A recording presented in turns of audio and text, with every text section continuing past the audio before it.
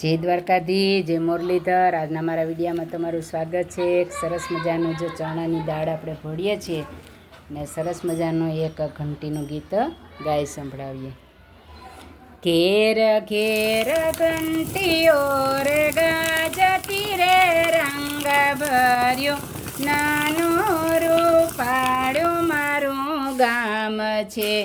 હે રેટિયાના ઝીણા મધુર સુર રે, રંગ ભર્યું નાનું રૂપાળું મારું ગામડું।